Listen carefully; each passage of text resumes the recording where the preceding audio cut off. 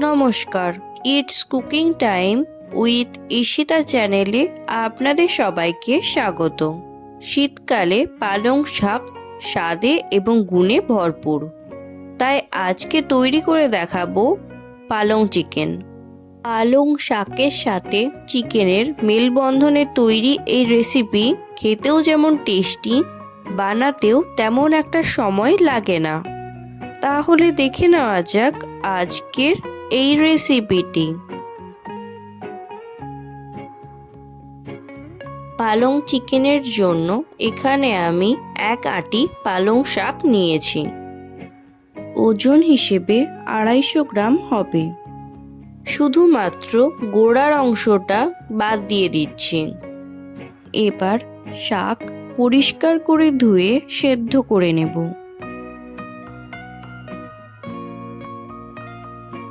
জল যখন এই রকম ফুটতে শুরু করবে তখন পরিষ্কার করে ধুয়ে নেওয়া পালং শাক সেদ্ধ করতে দেব। এবারে দিলাম স্বাদ মতন লবণ। সেদ্ধ পালং শাক জল ঝরিয়ে তুলে নিয়ে ঠান্ডা জলের মধ্যে ডুবিয়ে রাখবো। পালং শাক সেদ্ধ করার পরে ঠান্ডা জলের মধ্যে ডুবিয়ে রাখলে সবুজ রং বজায় থাকে, আর তা না হলে পালং শাকের রং কালচে হয়ে যাবে। পালং চিকেন বানানোর জন্য এখানে 600 গ্রাম উইথ বোন পরিষ্কার করে ধোয়া চিকেন নিয়েছি, আর পিসগুলো এই রকম বড় বড় করে কেটে নিয়েছি। এবার চিকেন ম্যারিনেট করে নেব। দিলাম স্বাদ মতন লবণ, 2 চামচ ধনে গুঁড়ো, 2 চামচ সাজিরে গুঁড়ো, 1 চামচ গুঁড়ো আদা, আপনারা চাইলে বাটা আদা দিতে পারেন, 3 চামচ ফেটিয়ে নেওয়া টক দই, 1 চামচ গ্রেট করা রসুন, 2 চামচ গ্রেট করা পেঁয়াজ। এবার সমস্ত কিছু চিকেনের গায়ে খুব ভালো করে মাখিয়ে নিতে হবে। চিকেন 30 থেকে 45 মিনিটের মতন রেস্টে রেখে দিতে হবে। পালং চিকেন বানানোর জন্য কড়াইতে দিলাম 1 চামচ রিফাইন্ড অয়েল। আপনারা চাইলে বাটার দিয়েও বানাতে পারেন। ভিডিওটি ভালো লাগলে একটি লাইক, কমেন্ট এবং অসংখ্য শেয়ার করবেন। আর যারা এখনো পর্যন্ত চ্যানেলটিকে সাবস্ক্রাইব করেননি তারা অবশ্যই চ্যানেলটিকে সাবস্ক্রাইব করে দেবেন। তেল গরম হয়ে গেলে দিলাম 1 চামচ সাজিরে, 1টা কাঁচা লঙ্কা। ফোড়ন ভাজা হয়ে গেলে দিলাম ম্যারিনেট করা চিকেন।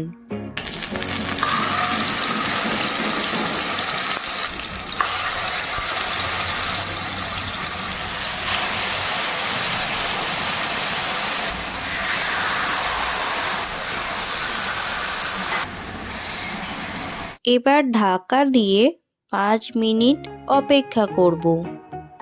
এই সময় গ্যাসের ফ্লেম লো রাখতে হবে। এবার পালং শাক পেস্ট করে নেব। তার জন্য মিক্সিং জারের মধ্যে নিলাম সেদ্ধ করে ঠান্ডা করে নেওয়া পালং শাক এবং 2টো কাঁচা লঙ্কা। এই সমস্ত কিছু পেস্ট করে নিলাম। এবার ঢাকনা খুলে চিকেনটাকে আবারও উল্টে নিলাম।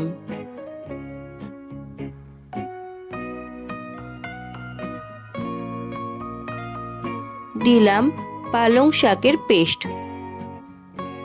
দিলাম মিক্সিং জার ধোয়া জল, টেস্ট ব্যালেন্স রাখার জন্য দিলাম চিনি।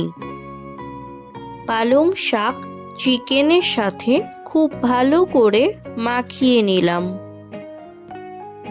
আবারও ঢাকা দিয়ে লো ফ্লেমে 5 মিনিটের জন্য রেখে দিলাম।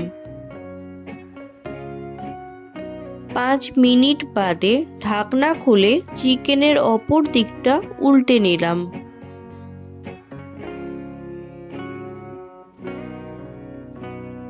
এবারে দিলাম 1 চামচ গাওয়া ঘি।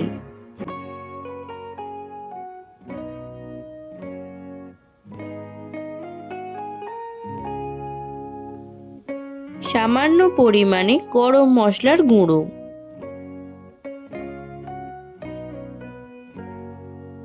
সমস্ত কিছু ভালো করে মাখিয়ে নিয়ে ঢাকা দিয়ে রেখে দিলাম। ওভেন অফ করে দিলাম। রেডি হয়ে গেল পালং চিকেন। এই রান্নাতে কিন্তু কালারের ব্যবহার হয়নি। পালং শাকের সুন্দর রং এর মধ্যে বজায় আছে। এই পালং চিকেন আপনারা রুটি, পরোটা, কুলচা বা নান পরোটার সাথেও খেতে পারেন। তাহলে আজ এখানেই বিদায় নিচ্ছি। দেখা হবে অন্য একটি ভিডিওতে। ভালো থাকবেন। ভিডিওটি সম্পূর্ণ দেখার জন্য ধন্যবাদ।